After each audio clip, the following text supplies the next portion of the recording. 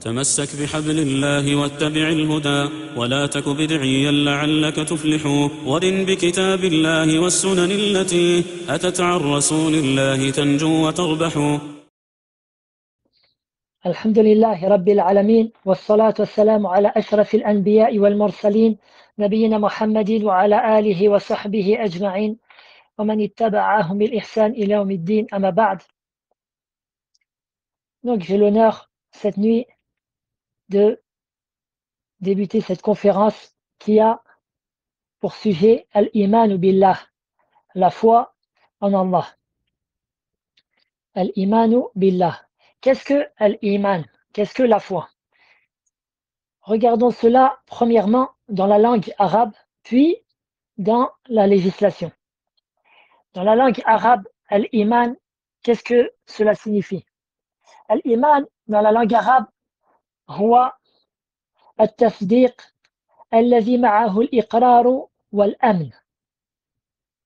La foi, dans la langue arabe, donc, est le fait de croire en une chose tout en l'approuvant avec sérénité et apaisement. وهو التصديق المستلزم للقبول والإذعان. Et donc, c'est la foi est, toujours dans la langue arabe, est de croire en ce qui va impliquer l'acceptation et la soumission. Voilà, dans la langue arabe. Maintenant, al-iman shar'an, donc dans la législation, ce qui est encore plus important. Certains savants ont résumé cela en, entre guillemets, 5 nounettes, c'est-à-dire en 5 phrases qui finissent par un noun. وهو نطق باللسان واعتقاد بالجنان وعمل بالأركان يزيد بطاعة الرحمن وينقص بطاعة الشيطان. Ou à la fin tu dis وينقص بالعصيان, ce qui revient à la même chose. À savoir en français, donc la foi chez les gens de la sunna du groupe le sunna wal jama'a peut se résumer en 5 nounettes, à savoir ce sont des paroles, la foi est des paroles de la langue, des croyances du cœur, des actes du corps, tu peux dire des actes des membres du corps. Elle augmente, donc la foi, elle augmente par l'obéissance du tout miséricordieux Ar-Rahman, qui est Allah Azza wa Jal, et elle diminue par l'obéissance au diable. Car le diable, il appelle vers les péchés. Ou soit tu dis, et elle diminue par la désobéissance tout simplement, c'est-à-dire la désobéissance en Allah Tabaraka wa Ta'ala. Parce que la personne, elle tombe dans les péchés. Et les piliers de la foi sont au nombre de 6, comme ceci est clairement mentionné dans le hadith de Jibril, qui a rapporté l'imam Muslim d'après Abdallah ibn Omar, d'après son père, Omar ibn al-Khattab, que donc Jibril alayhi salatu salam, a demandé un certain nombre de questions au prophète sallallahu alayhi wa sallam dans le long hadith, et entre autres, فَأَخْبِرْنِي عَنِ الْإِيمَانِ, informez-moi quant à la foi. فقال أن تؤمن بالله وملائكته وكتبه ورسله واليوم الآخر وأن تؤمن بالقدر خيره وشره. Que tu crois en Allah, en ses anges, en ses livres, en ses messagers et au jour dernier. Et que tu crois au destin favorable et défavorable. Fin du hadith, fin du morceau du hadith. Et les musulmans sont unanimes pour dire que le pilier de la foi le plus important est la foi en Allah, subhanahu wa ta'ala. Et tous les autres piliers de la foi reviennent vers la foi en Allah. Par exemple, le deuxième pilier de la foi, croire aux anges. Or, les anges sont les créatures d'Allah. Allah les a créés de lumière et ne font que lui obéir. Croire en ses livres, qui sont la parole d'Allah Tabaraka wa Ta'ala. Et le Coran, entre autres, qui est le dernier livre révélé et qui abroge les lois des livres qui sont précédents à lui. Croire en ses messagers, Il s'agit d'Allah Ta'ala qui sont des humains qu'Allah Ta'ala a élus et qui les a envoyés pour appeler vers le tawhid, vers l'unicité d'Allah et son obéissance. Le jour dernier, où Allah Ta'ala ressuscitera les enfants d'Adam ainsi que les djinns, il les jugera. Et fariqun fil jannatin wa fariqun fil jannah wa fariqun fis sa'ir. Et un groupe sera dirigé vers le paradis et un groupe vers la fournaise. Ceci en fonction de leur foi et leurs œuvres.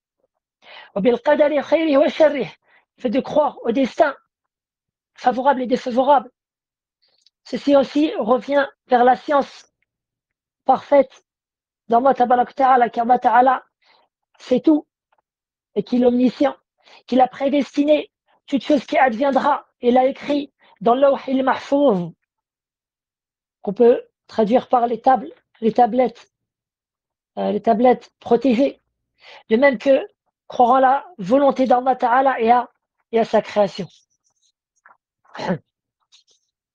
La foi en Allah est donc le plus important pilier de la foi. C'est ainsi que tu trouveras dans certains textes religieux que seule la foi en Allah et au jour dernier est citée. Ces deux piliers-là de la foi qui sous-entendent le reste des piliers de la foi. Comme l'a rapporté Al-Bukhari et Muslim d'après Abi Huraira, que le prophète sallallahu alayhi wa sallam a dit, je cite une partie du hadith, Man kan yu'minu billahi wal yawmil akhir falyaqul khayran aw liyasmut. Que celui qui croit en Allah et au jour dernier, qu'il dise du bien ou qu'il se taise. Et tu trouveras certains textes où seule la foi en Allah est citée. Cette foi en Allah Ta'ala qui sous-entend le reste des piliers de la foi.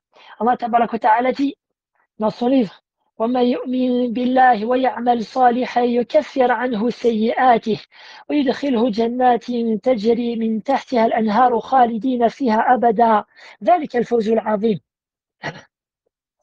Ceci dans Surat al-Taghabun, le verset numéro 9, Taghabun, qu'on peut traduire par la grande perte. Le sens du verset est celui qui croit en Allah et accomplit les bonnes œuvres. Il lui effacera ses mauvaises actions et le fera entrer dans les jardins sous lesquels coulent les ruisseaux, où ils demeureront éternellement. Voilà l'énorme succès.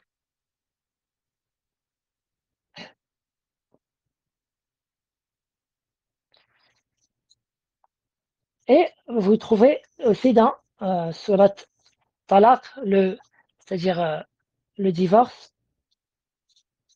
un verset où Allah Ta'ala a cité, encore une fois, la foi en Allah seul. Sachez qu'Allah vous fasse miséricorde, que la foi en Allah comprend 4 grandes choses. Croire en l'existence d'Allah, tu'minu bi wujudillah tabaraka ta'ala, croire en sa seigneurie, bi rububiyyatih, croire en ses noms et attributs, anna lillahi al-asma al-husna wa sifati al-ula, c'est-à-dire qu'Allah a les plus beaux noms et les plus sublimes attributs, et à croire en sa divinité. Voyons cela une chose après l'autre. Croire en l'existence d'Allah. L'existence d'Allah Ta'ala est prouvée par 4 grandes choses. À savoir, premièrement, al-shara'i', les législations qui ont été révélées sur les messagers d'Allah. Deuxièmement, al-aql, la raison. Troisièmement, al-hiss, qu'on peut traduire par, plus ou moins, grosso modo, par le ressentiment, le fait de ressentir cela.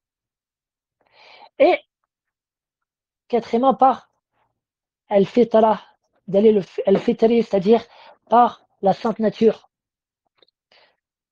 Premièrement, à savoir l'épreuve de l'existence d'Allah Ta'ala fi shara'ihi, c'est-à-dire dans les législations qu'il a révélées sur ses messagers, alayhim as-salatu wassalam. Toutes ces législations-là, toutes prouvent l'existence d'Allah Ta'ala et prouvent son unicité. Allah Ta'ala dit, par exemple, وَلَقَدْ أُوحِيَ إِلَيْكَ وَإِلَى الَّذِينَ مِنْ قَبْلِكَ لَئِنْ أَشْرَكْتَ لَيَحْبَطَنَّ عَمَلُكَ وَلَتَكُونَنَّ مِنَ الْخَاسِرِينَ بَلِ اللَّهَ فَاعْبُدْ وَكُن مِنَ الشَّاكِرِينَ. Donc c'est dans Surat al-Zumar, les groupes, le verset numéro 65 et 66. Le sens du verset: en effet, il t'a été révélé, donc à toi, ô messager d'Allah, c'est-à-dire à toi, qui est Allah Azza wa Jalla, il parle à son messager Mohammed sallallahu alayhi wa sallam, ainsi qu'à ceux qui t'ont précédé, c'est-à-dire les messagers avant toi. Si tu donnes des associés à Allah, ton œuvre sera certes vaine, et tu seras certainement du nombre des perdants. Tout au contraire, adore Allah seul, et sois du nombre des reconnaissants. Et Allah Tabaraka wa Ta'ala dit aussi dans le Coran qui prouve l'existence d'Allah Azza wa Jal. Allah Ta'ala dit: أفلا يتدبرون القرآن ولو كان من عند غير الله لوجدوا فيه اختلافا كثيرا. Dans Surat An-Nisa, le verset numéro 82. Dans le sens du verset, donc, ne médite-t-il donc pas sur le Coran? S'il provenait d'un autre qu'Allah, ils y trouveraient certes maintes contradictions. C'est-à-dire que le fait qu'il n'y ait pas de contradiction dans le Coran, mais plus au contraire, qu'il s'explique d'une part et d'autre, et qu'il contient ce que réforme l'homme et le corrige, et le guide, et lui apporte le bien, et ce qui lui est bénéfique dans son âme, dans sa vie, dans son foyer, dans son économie, et dans tout ce qu'il a besoin dans ce bas monde et dans l'autre. Ceci prouve que l'existence d'Allah et que le Coran vient bel et bien d'Allah et que c'est sa parole. Voyons maintenant la deuxième catégorie de ce qui prouve l'existence d'Allah, à savoir al-aql. Al-aql, qui est donc la raison. En effet, celui qui a médité sur l'immensité de l'univers et ce qui s'y trouve comme créature, que celle-ci soit dans le ciel, telles que le soleil, la lune, les étoiles, que celle-ci soit entre le ciel et la terre, telles que les différentes sortes d'oiseaux qui voguent dans le ciel, que celle-ci soit sur la terre, telles que l'homme et la femme et la diversité d'animaux et de végétaux, de même que les insectes, ou que celle-ci soit dans la mer, parmi les vivants, tels que les poissons, les baleines, les dauphins et les baleines, les dauphins, etc. Ou ce qui est inerte, tel que le rubis, le corail, les perles. Tout ceci a une telle beauté, une telle envergure, une telle harmonie, une telle diversité dans ses couleurs, ses odeurs, ses sons. Il y a une telle sagesse dans l'organisation de tout cela, une sagesse parfaite, de sorte que chaque être vivant a sa propre manière d'obtenir sa subsistance en fonction de ses capacités, de ses connaissances, de son gabarit. Et ainsi, il peut vivre dans cette faune. Eh bien, la bonne raison ne peut qu'attester de l'existence d'un créateur tout-puissant qui a organisé toutes ces créatures et les commande. Pour citer un exemple qu'a cité l'imam Ibn Kathir dans son tafsir, dans son exégèse du Coran, il a été dit à, il a été dit à un bédouin, c'est-à-dire les bédouins qui sont des gens rustiques, qui n'ont pas étudié dans les écoles, etc. On lui a dit, Ma dalilu ala wujudi Rabbi ta'ala. Quelle est la preuve de l'existence du Seigneur, le Très-Haut? Faqal, il dit, Ya subhanallah. Et ça, c'est une manière de dire, c'est-à-dire lorsque la personne elle est étonnée, elle dit, Ya subhanallah. Inna al-ba'irata la tadullu ala al-ba'ir. Il a dit, certes, la crotte, elle prouve l'existence du ba'ir, c'est-à-dire du chameau. وَإِنَّ أَثَرَ الْأَقْدَامِ لَتَدُلُّ عَلَى الْمَسِيرِ. Et lorsque tu vois une trace de pas, tu sais que quelqu'un a marché à cet endroit-là. فَسَمَاءٌ ذَاتِ أَبْرَاجٍ. Un ciel qui est doué de constellations. وَأَرْضٌ ذَاتُ فَجَّاجٍ. Et une terre qui est pleine de passages, d'immenses passages entre les montagnes. وبحار ذات أمواج. Et des mers où s'y trouvent des vagues. ألا يدل على وجود اللطيف الخبير. N'est-ce pas que tout ceci montre l'existence c'est-à-dire d'Allah, celui qui est le très doux, le très bien informé de toutes choses. Cheikh Saleh Ali Cheikh a dit qu'il y a 54 catégories différentes de preuves de l'existence d'Allah Tabaraka Ta'ala et de son unicité. Bien sûr, c'est pas dans cette petite conférence qu'on peut s'étaler énormément sur cela, mais on va citer des petites choses qui montrent quelques catégories rapidement, Inch'Allah. La première, donc, c'est al-insha ou al-ibda, c'est-à-dire le fait que ces créatures, elles sont là, on les voit, et donc elles ont été créées. Ceci, car si on dit que ceci ne vient que du néant, qu'est-ce que le néant? Le néant, c'est le rien. C'est quelque chose, c'est le rien absolu. Or, quelque chose qui est rien ne peut pas donner quelque chose qui existe. Ceci va contre la raison. De même, on ne peut pas dire que ceci est le produit du hasard. Car, par définition, quelque chose qui est hasardeuse, c'est quelque chose qui n'a pas d'ordre, qui n'a pas de logique. Or, comme j'ai précédé le dire, cet univers-là, il a une immense harmonie. Allah Ta'ala a mis dans cet univers-là des lois, les lois physiques, etc. Donc, tout cela montre l'existence du Tout-Puissant. Et on a l'exemple de la parole de Al-Arabi qu'on a entendu. Parmi ces catégories-là, la dalil al-shumul wal-kamal, c'est-à-dire la preuve de la globalité. C'est-à-dire que les lois qu'Allah Ta'ala a établies, elles sont globales et générales et elles englobent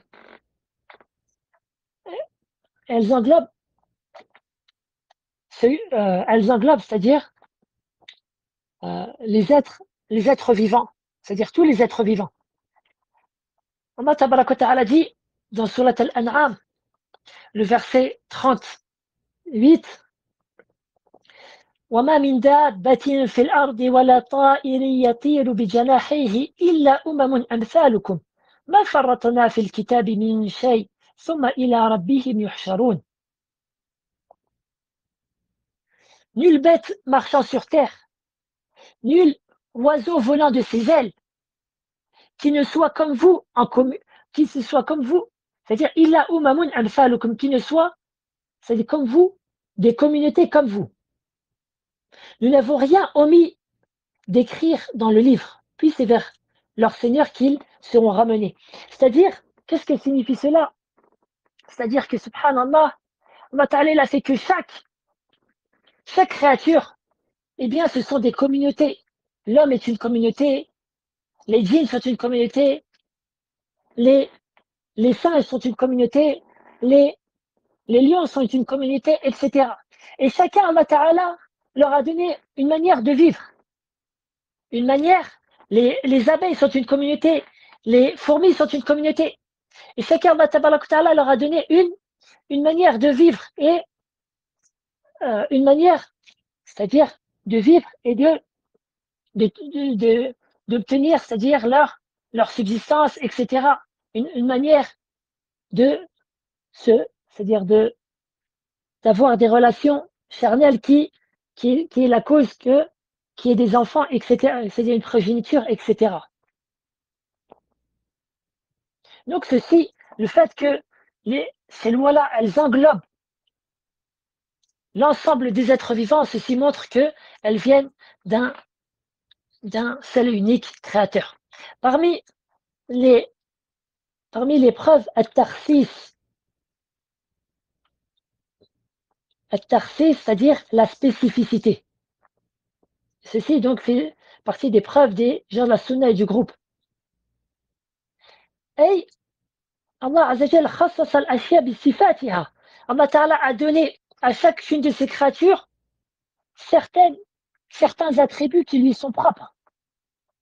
Que ce soit les végétaux, que ce soit le ciel, que ce soit l'homme, que ce soit les oiseaux, etc.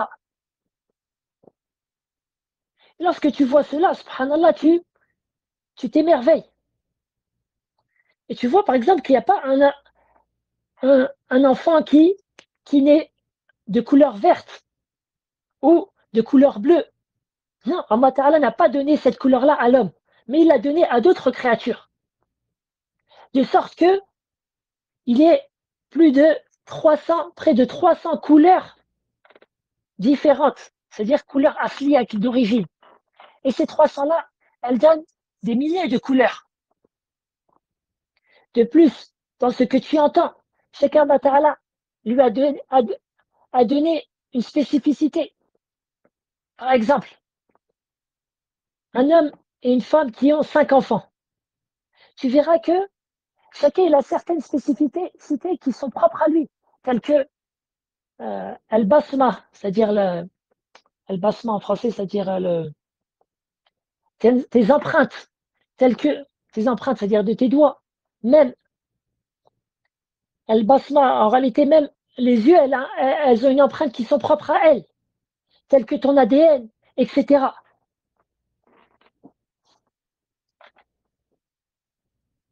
Cheikh al-Islam Ibn Taymiyyah dit يدل على المخصص ذي إرادة.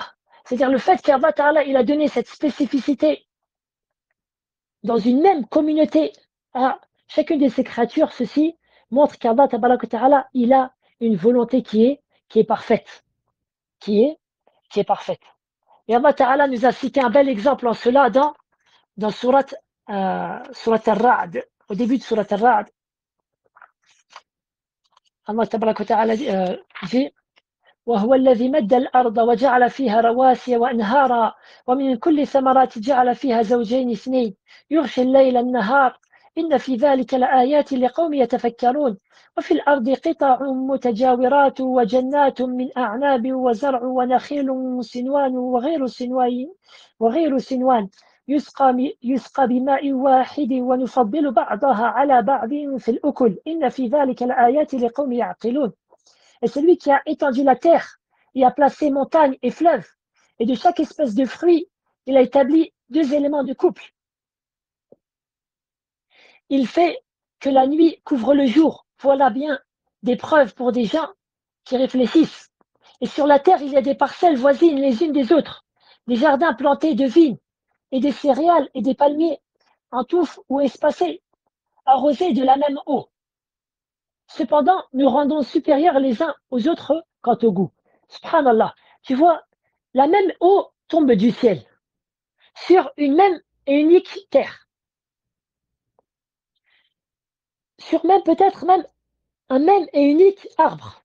Et tu vois que, par exemple, un pommier ou un oranger, tu vois que un de ces fruits est plus gros que l'autre.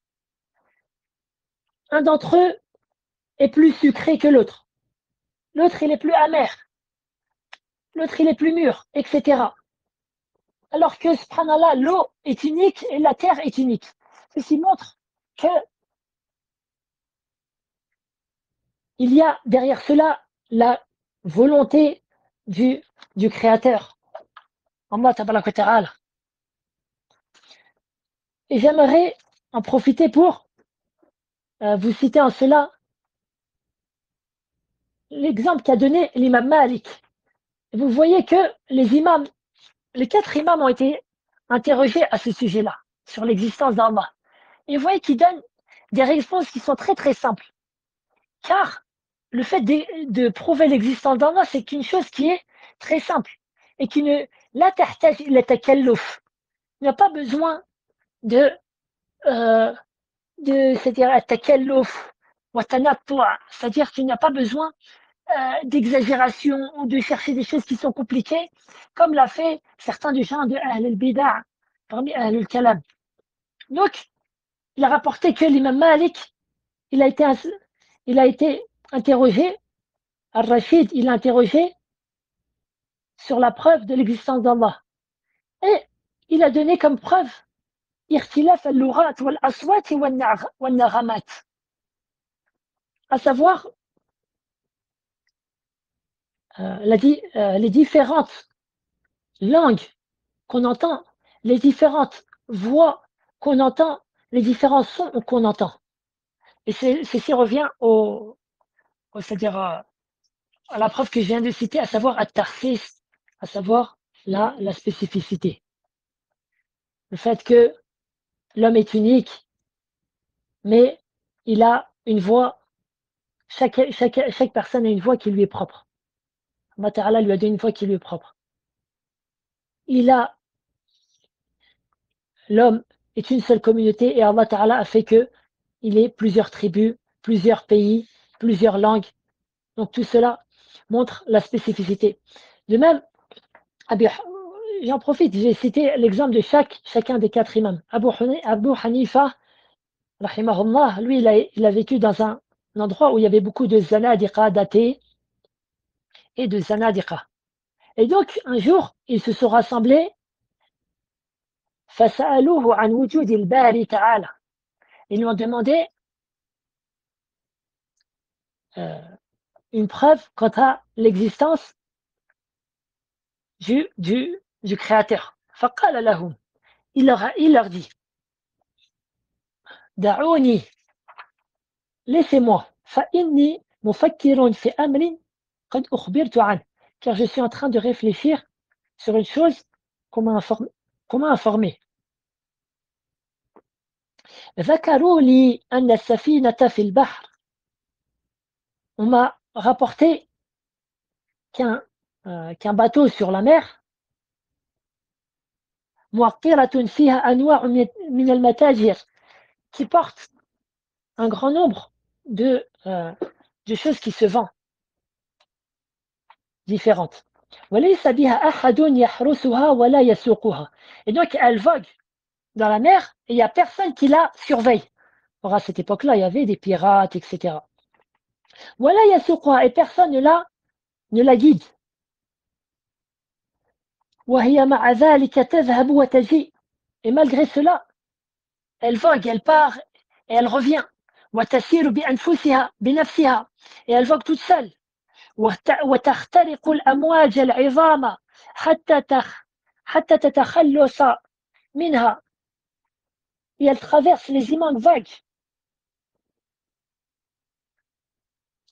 وتسير حيث شاءت, et elle va où est-ce qu'elle désire. بنفسها.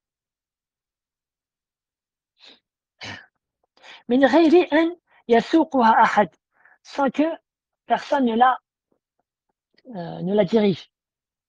فقالوا, donc ces athées ils ont dit, فقالوا هذا شيء لا يقوله عاقل, c'est une chose que ne peut pas dire une personne raisonnée.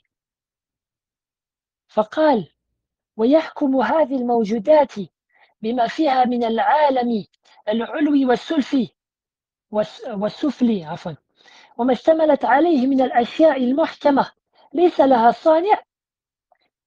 Abu Hanifa dit et dirige tous ces êtres qui sont présents euh, dans le monde céleste et le monde terrestre, et tout ce qu'elle comprend entre ces deux-là, comme être magnifique et bien formé, tout cela n'a pas de créateur. فبهت القوم ورجعوا إلى الحق وأسلموا على يديه. À ce moment-là, ces athées-là, ils ont été confondus et sont revenus vers la vérité et ils sont rentrés en islam. Et donc, pour finir les 4 imams, l'imam Shafi'i a aussi une histoire. Donc, lorsqu'il a été interrogé sur As-Sani', c'est-à-dire le créateur, Faqal. Vous allez voir, c'est subhanallah, un exemple qui est très simple. Faqal, هذا ورق التوت. Voilà la feuille c'est-à-dire du fruit qui s'appelle la mûre. D'accord? C'est comme la myrtille, on peut dire. طعمه واحد. Son طعمه واحد, c'est-à-dire une seule, donc une seule, c'est-à-dire waraqa, c'est-à-dire une seule feuille qui a le même goût. تأكله الدود فيخرج منه الإبرسام. Le mange le ver de terre et il sort de lui la soie. وتأكله النحل فيخرج منه العسل. Et le mange l'abeille et sort d'elle le miel. وتأكل الشاة والبعير والأنعام فتلقيه بعرا وروثا. Et le mange le mouton, le chameau, les bestiaux, et en sort d'elle les engrais. وتأكله الضباع فيخرج منه المسك. Le mange la gazelle et sort d'elle le misk, c'est-à-dire le parfum qu'on appelle misk. En réalité, c'est un parfum qui sort c'est-à-dire du sang le vrai misk, c'est-à-dire le sang des gazelles. وهو شيء واحد. Et tout ceci vient d'une seule chose. Donc le fait que Allah tabaraka ta'ala, de cette chose-là, il sort toutes ces choses qui sont différentes de couleur, de forme et de goût, ceci encore une fois montre l'existence du Créateur. Et enfin, Imam Ahmed ibn Hanbal, lorsqu'il a été interrogé en cela, a dit Ha huna hasnun hasinun amlas. Voici une forteresse bien protégée, qui est toute lisse. Laysa lahu babun wala manfaz. Ni s'y trouve ni porte, ni fenêtre. ظاهره كالفضة البيضاء.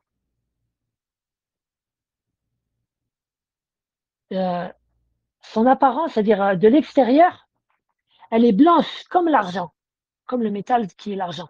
وباطنه كذهب الإبريز.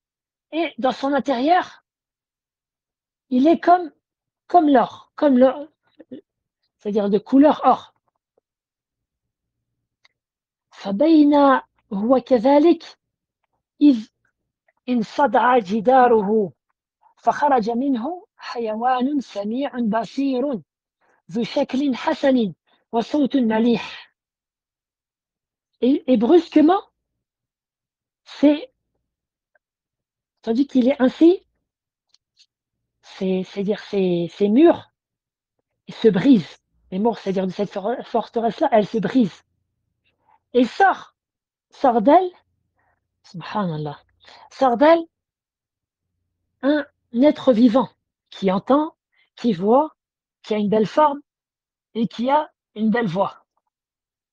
Et c'est pas qui a compris ce que vise l'imam Ahmed bin Hanbal. Je sais pas si quelqu'un l'a compris. C'est l'œuf. l'œuf, subhanallah. Tu vois un œuf, comment il est blanc de l'extérieur et il est jaune de l'intérieur. Si toi-même tu le casses, eh bien, tu ne trouveras pas d'être vivant. Tu trouveras un œuf que tu peux faire cuire, etc. Mais si tu le laisses, de sorte que, c'est-à-dire sa mère, elle le couve, en sortira, subhanallah, un, un, un poulet. Donc tout ça montre l'existence d'Allah tabaraka wa ta'ala. Donc je vais me limiter euh, à cela pour la preuve qui est de l'aql qui sont très nombreuses.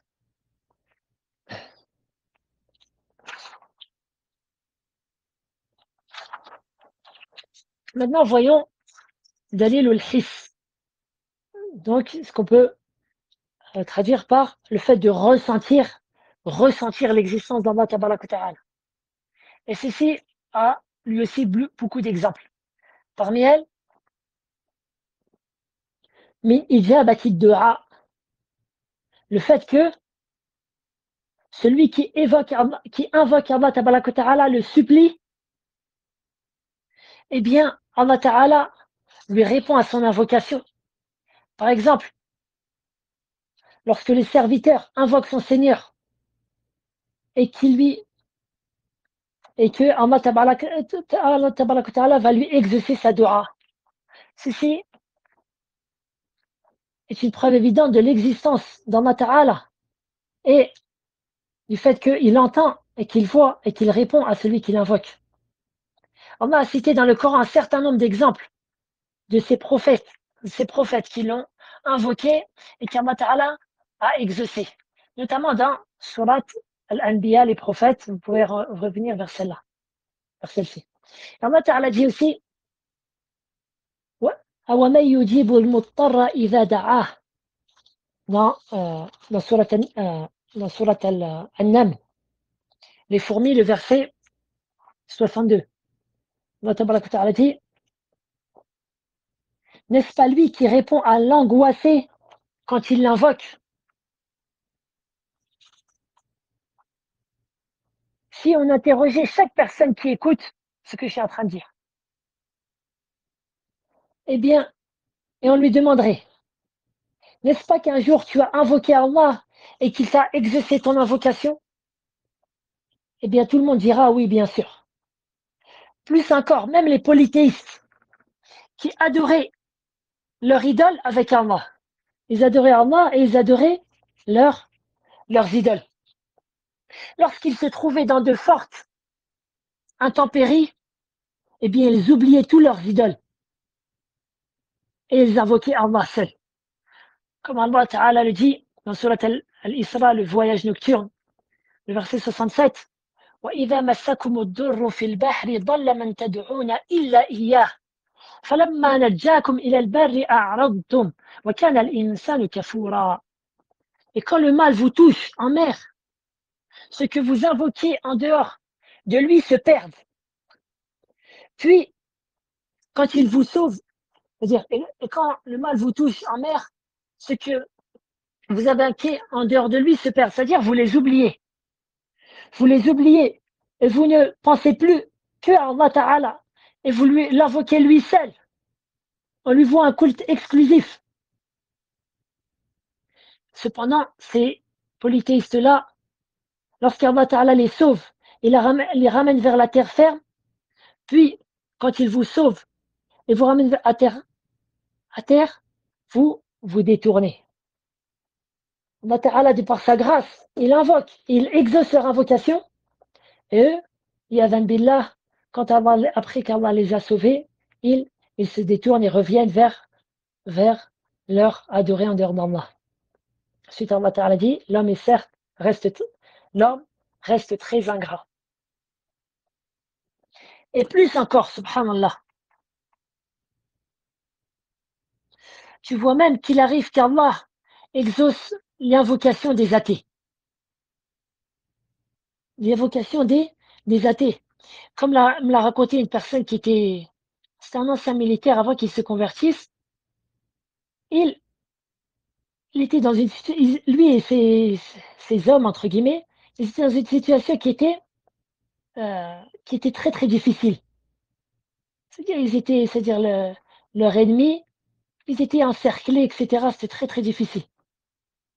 Et tous ils se sont mis à dire, alors qu'à la base, c'était des athées, à dire, oh toi, s'il y a quelqu'un au-dessus, Allah Moustan, au-dessus de nous, sauve-nous. Ils ont commencé à invoquer. Et Allah Tabaraka wa Ta'ala les a sauvés, subhanallah. Donc tout ceci prouve l'existence d'Allah Ta'ala, ce qu'on appelle dalil al-hiss.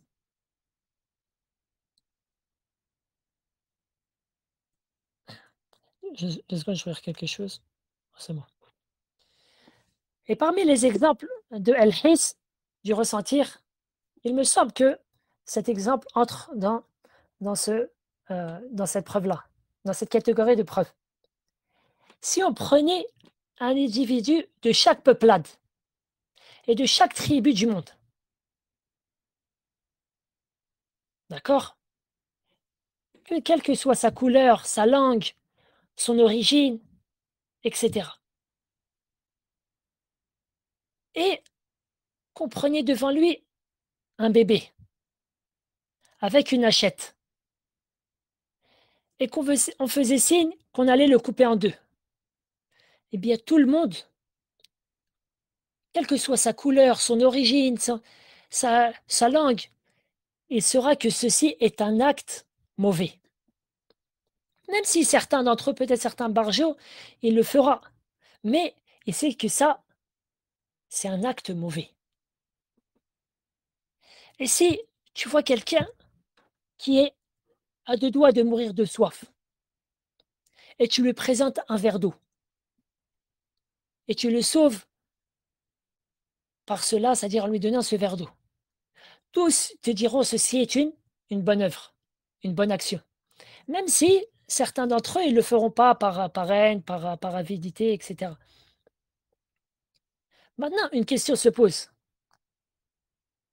Qui a mis dans le cœur de chacun de ces êtres vivants, chacun de ces hommes, que ceci est une bonne action et ceci est une mauvaise action? La réponse est que ceci ne peut être que par le fait qu'on est tous les créatures d'un même créateur qui a implanté dans notre cœur certaines choses et qui a fait que par cela on peut faire la distinction entre le bien et le mal de manière, ce qu'on appelle de manière globale. De manière globale. Et la quatrième, donc la quatrième catégorie de preuve, c'est dalil al-fitri, c'est-à-dire la preuve dans notre sainte nature, dans notre fort intérieur, de l'existence d'Allah Ta'ala et de son unicité. Allah Tabaraka wa Ta'ala dit وَإِذْ أَخَذَ رَبُّكَ مِنْ بَنِي آدَمَ مِنْ ظُهُورِهِمْ ذُرِّيَّتَهُمْ وأشهدهم على أنفسهم ألست بربكم قالوا بلى شهدنا.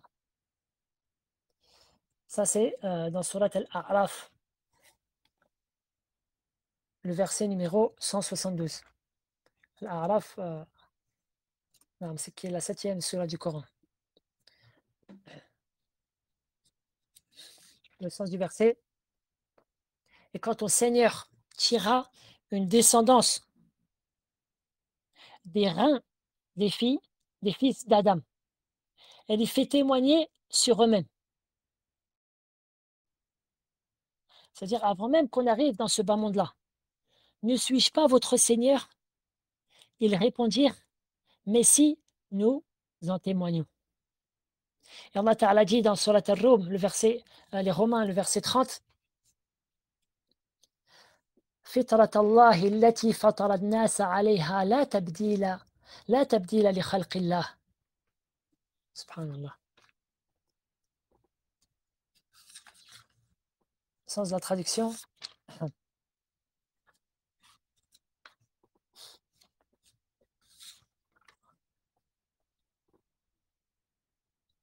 Telle est la nature qu'Allah a originellement donnée aux hommes. Pas de changement à la création d'Allah. C'est pourquoi tu verras les gens qui sont les plus malheureux dans leur cœur, les plus tristes, les plus durs de cœur. Ce sont les athées. Il y a une recherche qui a été faite et ils ont regroupé les 10 plus grands criminels depuis l'histoire des temps.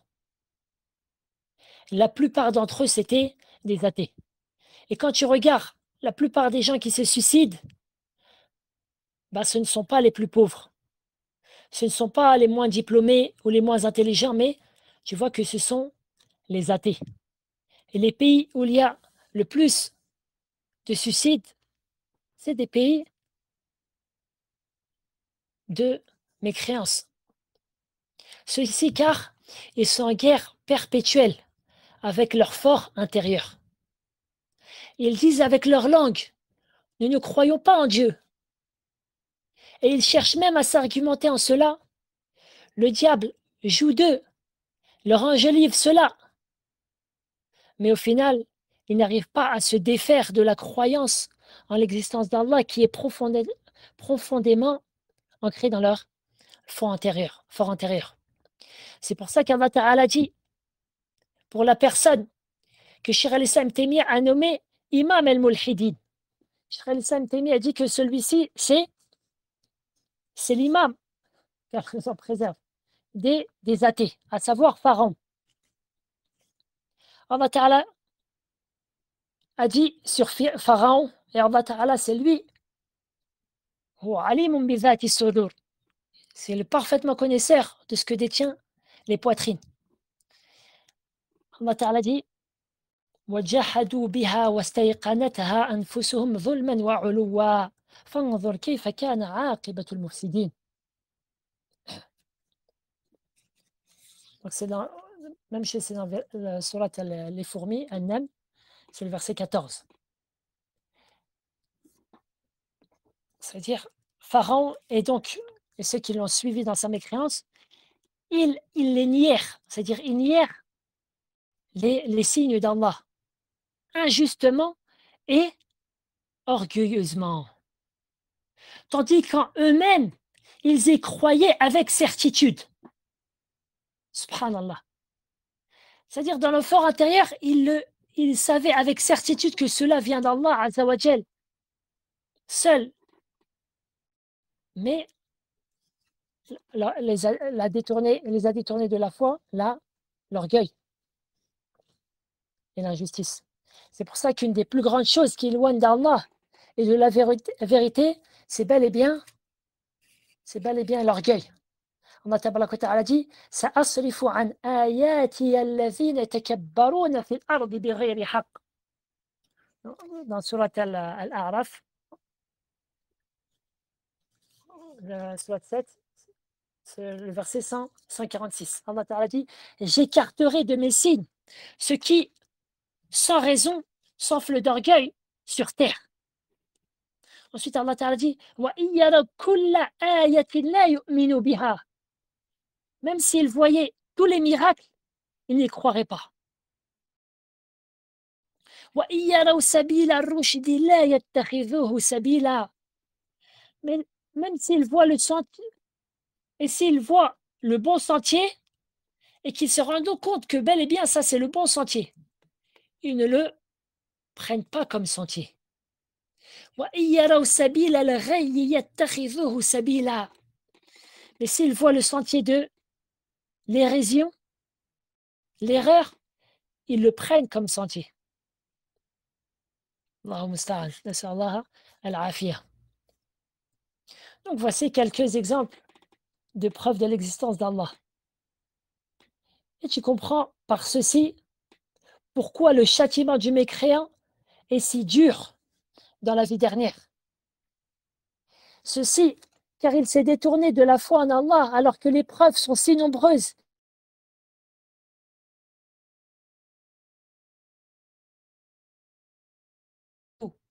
وفي كل شيء له آية تدل على أنه واحد.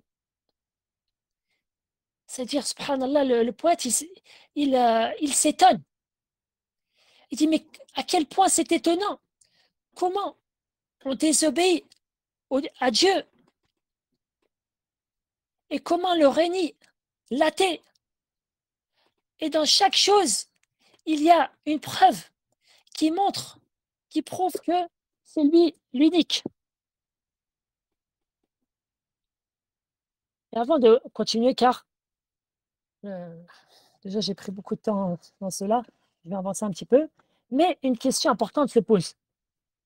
Lorsque l'on débat avec un athée ou même quelqu'un qui ne croit pas au Coran, il ne croit pas que le Coran vient de Dieu, vient d'Allah, que c'est la parole d'Allah, etc. Même si, une petite parenthèse, c'est pas n'importe qui peut se permettre de débattre. Il faut bien comprendre cela. Quelqu'un qui a une bonne compréhension déjà de sa propre religion à lui, l'islam, puis c'est-à-dire qui a une grande connaissance, qui a la capacité de défendre la vérité, à bien s'exprimer, etc. C'est pas comme on le voit dans certains. Un frère, il m'a contacté, il m'a dit, subhanallah, sur TikTok, c'est au réseau, il y a beaucoup de balanes, sallallahu alayhi wa sallam.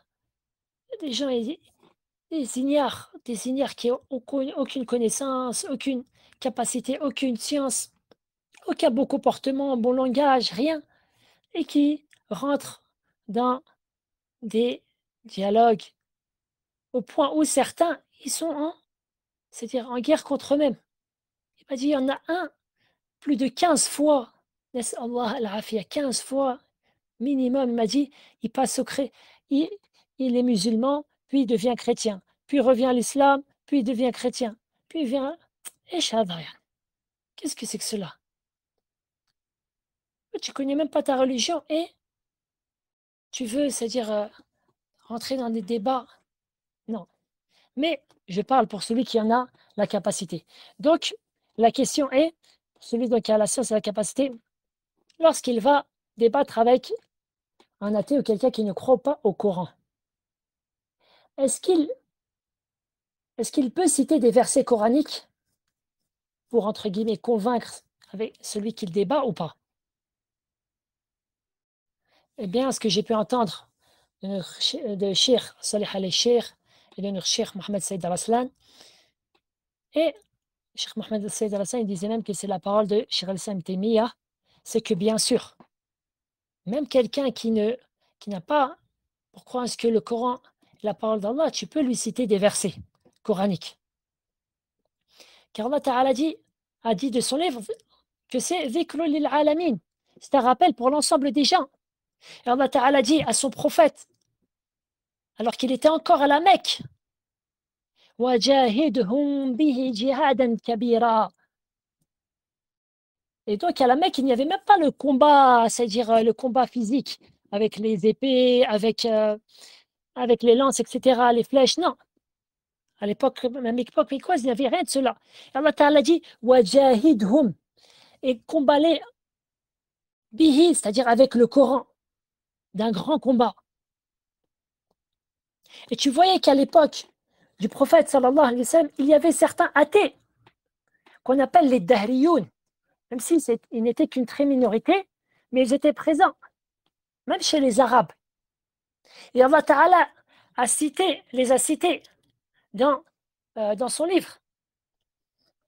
Allah Ta'ala dit, et c'est eux en réalité, c'est les ancêtres des communistes. وقالوا ما هي إلا حياتنا الدنيا نموت ونحيا وما يهلكنا إلا الدهر.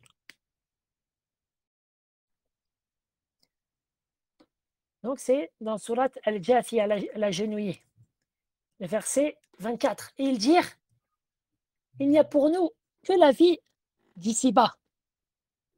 Nous mourrons c'est-à-dire nous mourrons et nous vivons. Et seul le temps nous fait périr. C'est-à-dire ils prétendent que l'univers est qadim, c'est-à-dire qu'il n'y a pas de créateur. Donc ce sont des vrais athées. Et Allah Ta'ala dit, ils n'ont de cela aucune connaissance. Ils ne font qu'émettre des conjectures. En effet, il ne parle que selon des conjectures et des ambiguïtés, et non aucune science sur laquelle il s'appuie. Au contraire, la science prouve le contraire. J'ai cité quelques exemples dans ce qui précède. Donc, le Coran, naam, il nous est bénéfique même lorsqu'on parle à des non-musulmans. Cependant, tu leur citeras les versets qui les attirera, où Allah Ta'ala appelle à la réflexion et cite certains de ces signes. Comme j'ai cité certains versets en cela, et vous trouvez d'autres versets dans Surat Yasin, dans Surat Al-Rum, les Romains, dans Surat Al-Tur, etc.